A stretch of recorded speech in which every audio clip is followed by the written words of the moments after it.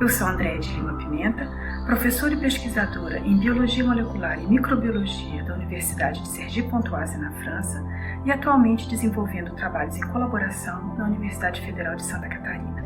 O motivo de eu estar aqui hoje é para a gente conversar um pouco sobre vacinas, e mais especificamente sobre as vacinas que foram atualmente disponibilizadas no combate da Covid-19. As vacinas contra a Covid-19, algumas delas que já estão atualmente sendo disponibilizadas e utilizadas para imunizar populações através do mundo, foram desenvolvidas a partir do momento da identificação do patógeno responsável pela doença, o SARS-CoV-2. Isso foi lá em janeiro, fevereiro de 2020. Portanto, essas vacinas foram desenvolvidas ao longo dos últimos 10, 12 meses. Vacinas desenvolvidas em 12 meses podem ser seguras? A gente sempre ouviu falar, através dos cientistas, que vacinas levam muito tempo para ser desenvolvidas. Uma das vacinas que foi desenvolvida num prazo mais curto de tempo foi a vacina contra o sarampo, e ainda assim ela levou 10 anos entre o momento da identificação do patógeno, em 1953, e o momento da disponibilização da vacina para a imunização da população, em 1963. Então, como explicar que em 12 meses, cientistas puderam desenvolver várias vacinas contra um patógeno anteriormente desconhecido e ainda assim afirmarem que essas vacinas são seguras e são eficientes? Certamente que se tivéssemos que desenvolver uma vacina do zero contra um patógeno completamente desconhecido anteriormente, isso seria impossível num prazo de 12 meses.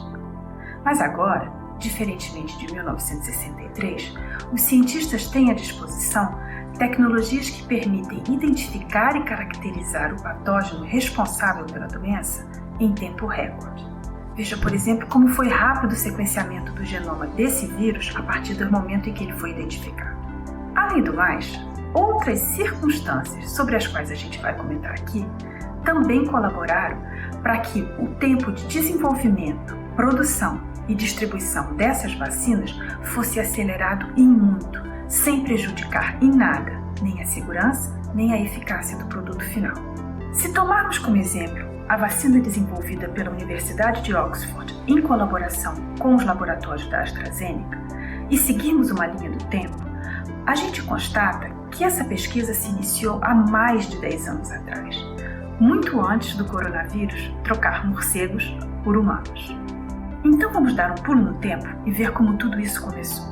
Em abril de 2009, tivemos a primeira emergência de saúde pública mundial da era atual.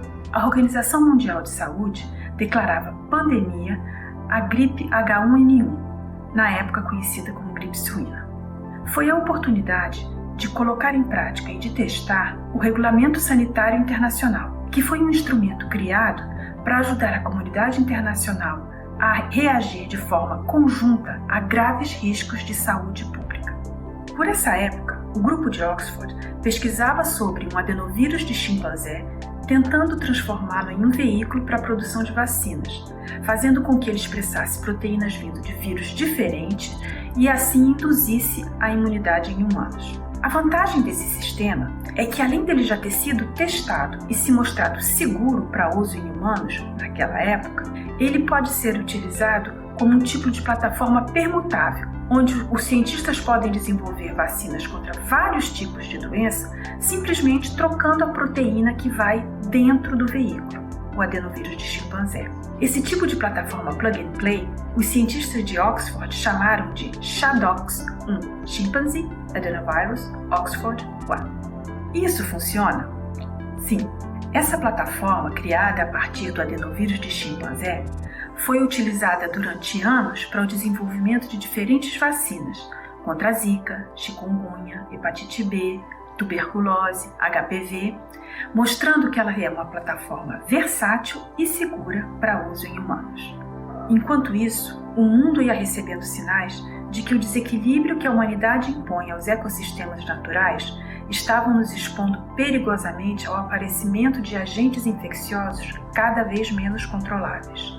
Em 2012, tivemos a primeira epidemia causada por um coronavírus, a Síndrome Respiratória do Oriente Médio, MERS, que felizmente foi controlada a tempo e não se transformou em pandemia, embora tivesse atingido cerca de 27 países. Em 2014, tivemos o pior surto de ebola na África. Esse vírus, conhecido e negligenciado por anos, causou mais de 11 mil mortes na África naquele ano. E nem bem tínhamos começado a controlar o surto de ebola e a humanidade assistiu horrorizada à epidemia de Zika se espalhar, causando mortes e deixando sequelas a partir de 2015. Enquanto isso, a corrida pelas vacinas continuava, porém com financiamentos vindos aos soluços. Durante os surtos, as agências financiadoras disponibilizavam financiamento para que as pesquisas fossem realizadas, para novamente cortar esse financiamento a cada vez que o surto passava. Isso sem falar nas políticas públicas de financiamento de pesquisas descontinuadas. Com isso, as pesquisas pelas vacinas também avançavam aos soluços. Os sinais eram claros de que até então tínhamos escapado de uma pandemia por pura sorte, e que a nossa capacidade de resposta ao aparecimento de novas doenças era lenta, descoordenada e ineficiente. Estávamos sendo avisados de que tínhamos que nos preparar melhor para o que ainda estaria por vir. A OMS decidiu então se preparar para o surgimento de uma nova pandemia e em 2018 revisou a sua lista de doenças que, por falta de tratamento ou de vacinas, têm o potencial de se transformar em pandemia, e lançou o Plano de Ação de Pesquisa e Desenvolvimento 2018. Esse documento tratava de estratégias e planos de contingência para fazer face a essas novas ameaças em potencial. Entre as 10 doenças listadas nesse plano estava a Síndrome Respiratória Aguda Grave, SARS, causada por um coronavírus identificado pela primeira vez na China em 2003 e que se espalhou para o Canadá antes de entrar em remissão. A OMS decidiu incluir nessa lista a chamada doença X, como um alerta contra o aparecimento de patógenos previamente desconhecidos e que poderiam causar uma epidemia internacional grave. O objetivo de incluir essa doença misteriosa na lista foi o de promover e acelerar o desenvolvimento de plataformas que permitissem a produção de vacinas em tempo recorde contra qualquer tipo de patógeno previamente desconhecido. Lembram-se da plataforma ShadOx1 Plug and Play dos cientistas de Oxford? Pois é. Mas para conseguir desenvolver vacinas de forma rápida, seria preciso acelerar, além das etapas de pesquisa, também as etapas burocráticas lentas que dificultam o processo. Isso inclui as etapas de obtenção de financiamento, certificados e autorizações. Isso tudo estava previsto no Plano de Ação 2018 de Pesquisa e Desenvolvimento da OMS. Enquanto isso, os cientistas de Oxford continuavam trabalhando no desenvolvimento de vacinas utilizando a plataforma Plug and Play do ShadOx1 e realizavam ensaios clínicos que mostraram a segurança e a imunogenicidade de uma vacina desenvolvida contra a MERS. Lembra aquela do surto na Arábia Saudita em 2012, causada por um coronavírus? E foi aí que, em janeiro de 2019, a OMS informou ao mundo que uma nova pneumonia viral estava se espalhando rapidamente pela China e que o agente causador identificado pertencia à família do coronavírus. Era a doença X. Seguindo as diretrizes traçadas no Plano 2018 de Ação da OMS, Oxford utilizou o conhecimento adquirido com o desenvolvimento de vacinas na plataforma ShadOx1 para economizar anos de pesquisa básica e iniciar imediatamente o desenvolvimento de uma vacina contra o novo coronavírus, batizado SARS-CoV-2. Com as etapas burocráticas aceleradas e os mecanismos de desbloqueio de verbas simplificados, conforme previsto no plano da OMS, os cientistas puderam avançar rapidamente com as pesquisas, redirecionando pesquisadores, pós-docs e alunos de outros projetos para trabalhar na vacina, adquirindo rapidamente insumos e equipamentos para o desenvolvimento dos experimentos. Além disso, o resultado dos experimentos foram sendo divulgados praticamente à medida em que eles eram analisados nos laboratórios e disponibilizados à comunidade científica internacional para discussão e avaliação através de plataformas de acesso aberto. Cientistas do mundo inteiro participam de consórcios para agilizar a troca de informações e compartilhar recursos e serviços de modo que as pesquisas possam avançar mais rapidamente. Plataformas como a CrowdFight C19, uma iniciativa da comunidade científica, reúne cientistas do mundo todo que, ao se inscreverem, disponibilizam seu tempo, expertise e os recursos dos seus laboratórios para a comunidade científica do mundo todo que trabalha em temas relacionados com a Covid-19. Assim, se um cientista em qualquer lugar do mundo possui uma substância que ele acredita poder inibir a replicação do vírus, mas não dispõe de recursos, material ou equipamentos em seu laboratório para testar, ele posta essa demanda na plataforma CrowdFight C19. Cientistas que acreditam poder colaborar se manifestam e a plataforma faz a triagem das demandas e das ofertas e coloca os interessados em contato. É um tipo de Tinder dos cientistas. Com recursos financeiros disponíveis, foi possível realizar em paralelo fases da pesquisa clínica que antes seriam realizadas sequencialmente, levando meses ou anos para evitar gastos excessivos. As agências regulatórias, Anvisa, FDA, passaram a acompanhar os resultados em tempo real, de forma a poder autorizar a passagem de uma fase a outra dos ensaios assim que os requisitos fossem preenchidos, eliminando o tempo de espera entre uma fase e outra, sem comprometer a segurança dos resultados obtidos.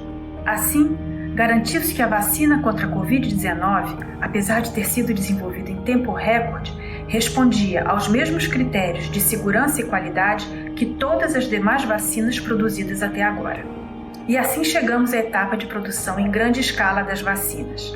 Para acelerar o processo, governos, agências financiadoras e grandes farmacêuticas se dispuseram a correr grandes riscos, iniciando a etapa de produção em larga escala dessas vacinas antes mesmo que os resultados dos testes clínicos tivessem sido concluídos. Era uma aposta arriscada. Caso os estudos terminassem por indicar que a candidata à vacina não era segura ou não era eficiente, milhões de doses produzidas a altos custos teriam que ser descartadas. Até agora, felizmente, a aposta parece ter valido a pena. Mas como a capacidade de produção mundial não será suficiente para suprir a demanda de todos os países ao mesmo tempo, a OMS lançou um consórcio através do qual os países podem se subscrever para comprar lotes de quaisquer vacinas que fiquem prontas e aprovadas e também garantindo que esse suprimento chegará aos países que não têm capacidade financeira para arcar com essas despesas. Mas ainda faltam 2 etapas para que essa história tenha um final feliz. A primeira está nas mãos dos governos de cada país e a segunda depende de cada um de nós. A parte dos governos inclui um planejamento antecipado e minucioso para compra, transporte e distribuição dessas vacinas em todo o território nacional. Afinal, de nada adianta dispor de milhões de doses de vacinas e descobrir que não se dispõe de seringas para aplicá-las. Uma vez que essas vacinas sejam distribuídas, a parte que nos cabe é comparecer aos centros de vacinação para sermos imunizados de acordo com o programa delineado por cada governo, porque só vamos parar a transmissão do vírus com uma atitude coletiva e assim evitar que a doença continue matando. Finalmente, é importante lembrar que não existem estudos que demonstrem que pessoas vacinadas deixem de transmitir o vírus. Portanto, mesmo após a vacina, é importante que mantenhamos as medidas sanitárias de distanciamento social, uso de máscara e lavagem de mãos. Se você gostou desse vídeo, curta, inscreva-se no canal, compartilhe e apoie sempre as mulheres na ciência.